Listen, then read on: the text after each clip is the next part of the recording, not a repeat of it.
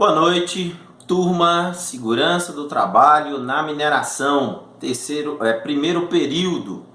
Gente, tô passando aqui, tô gravando a aula de número 8. A nossa aula de número 8, ela fala sobre organização dos nossos processos de trabalho, organizações no local de trabalho. A primeira leitura inicial, ela é autoexplicativa, é muito tranquila, então na aula aí é tranquilo. Eu vou tentar ser mais objetivo possível e vou tratar com vocês mais especificamente as atividades em que não podem ser desenvolvidas, elas não podem ser realizadas de forma isolada, somente com uma pessoa, ou seja, é necessário que seja designado no mínimo duas pessoas. Engraçado que a norma fala equipe com no mínimo duas pessoas. Duas pessoas é uma equipe, né? Uma dupla aí.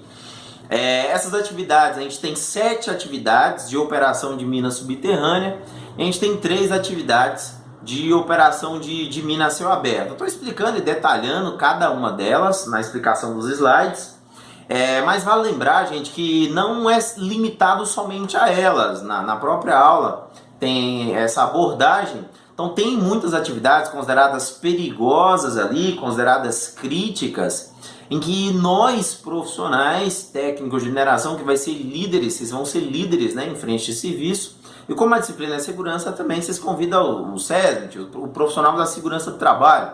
Ali é necessário determinar regras, determinar critérios, para que uma pessoa não trabalhe ali sozinho, tá?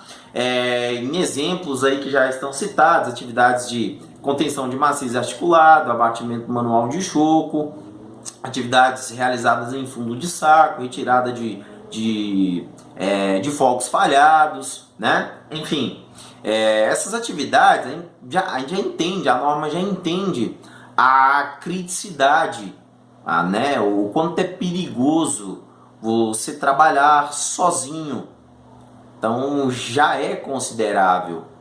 Agora, para as demais atividades, a norma não consegue abordar todas as atividades que será necessário ter no mínimo 2 pessoas, tá? Então serão abordados aí subterrâneos 7 e a céu aberto 3 tipos de atividade. Gente, é isso. A aula de hoje ela é bem simples, tranquila, chocolate, né? Me acompanhe aqui nos slides, por favor. Eu pulei o item anterior, gente, o item, na verdade, 22.3, que falava lá de direitos e obrigações dos trabalhadores, porque a leitura do texto ela é autoexplicativa. Então, vou tentar ser o mais objetivo possível.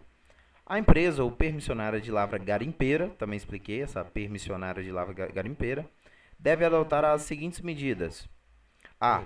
Os locais de trabalho, eles devem ser concebidos, construídos e equipados utilizados e mantidos, de forma que os trabalhadores possam desempenhar suas funções e que lhe forem confiadas situações que permitam a eliminação ou redução ao mínimo dos riscos, né?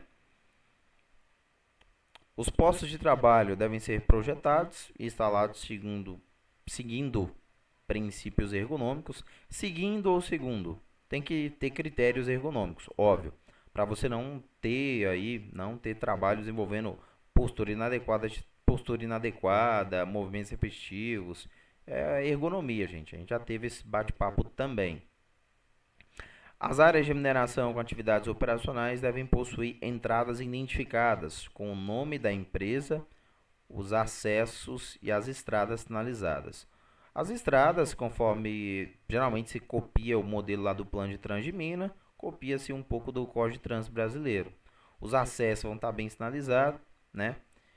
Aqui está falando, ó, exemplo da ilustração aqui, distância entre veículos e equipamentos 70 metros. Aqui a terminadora que coloca 50 metros, terminadora que coloca 30 metros, depende. E aí, geralmente, quando você vai entrar na mineradora, vendo lá, bem-vindo à mineradora X, mineradora Y, né? Exemplo aqui, a gente tem mina Morro do Ouro, mina Morro Agudo. A gente tem essas duas mineradoras. Então, bem-vindo à mineradora X, não vou falar o nome, né? Ao Morro do Ouro.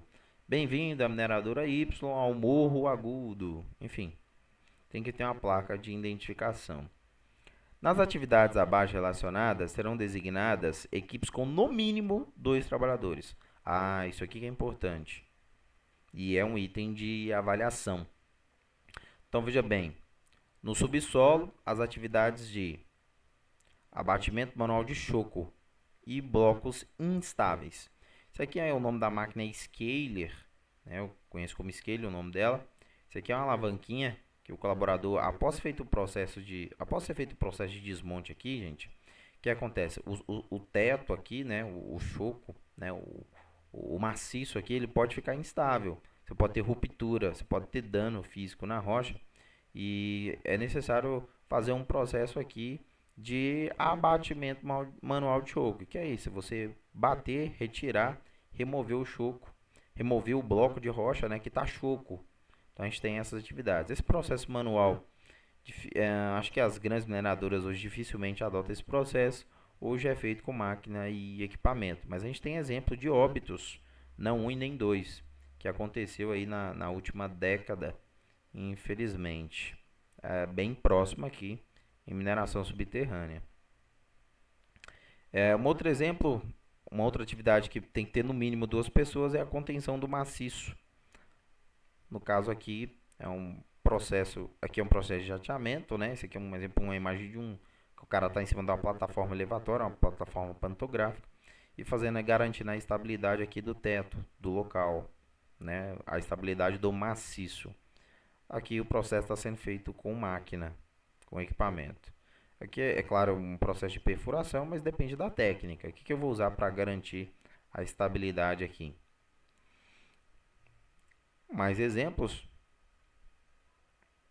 perfuração manual. Esse processo de perfuração manual também ele deve ser feito, pode ser manual, pode ser mecanizado, pode ser com máquinas ou pode ser com equipamentos portáteis. E nesse caso é no mínimo, dois colaboradores. Um colaborador só também hipótese nenhuma. Quarta atividade, retomada de atividades em fundo de saco, com extensão acima de 10 metros. Fundo de saco é o seguinte, gente. Quando eu faço a operação de perfuração aqui e desmonto aqui, olha para essa imagem que a gente vai entender. Depois que eu faço o processo de desmonte, eu tenho, exemplo, aí eu fiz o meu processo de desmonte.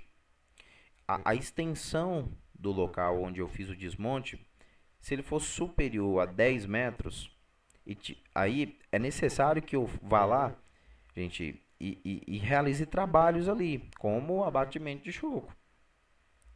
Para mim trabalhar nesse local, este local é chamado de fundo de saco.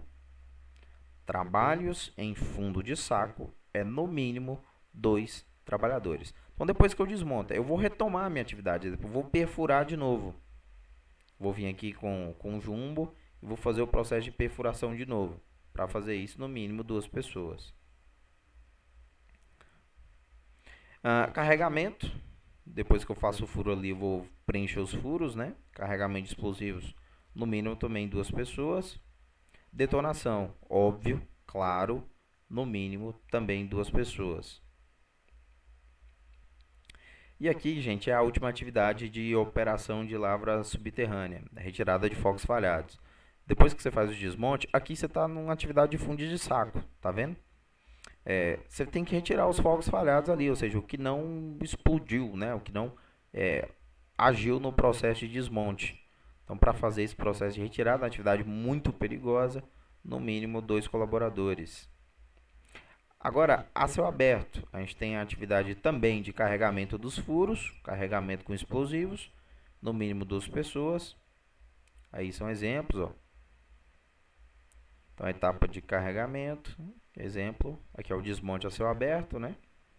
Que é também a atividade que não pode ser feita somente com um colaborador. Tem que ser feito com, no mínimo, 2 colaboradores. Etapa também de retirada de fogos falhados. Da mesma forma que é aplicável em mina subterrânea, é também aplicável em mina a céu aberto. Deve ser feito por, no mínimo, 2 pessoas. A empresa ou permissionária de lavra garimpeira deve estabelecer norma interna para a segurança, para a supervisão e controle dos demais locais de atividades, onde poderá trabalhar desacompanhado.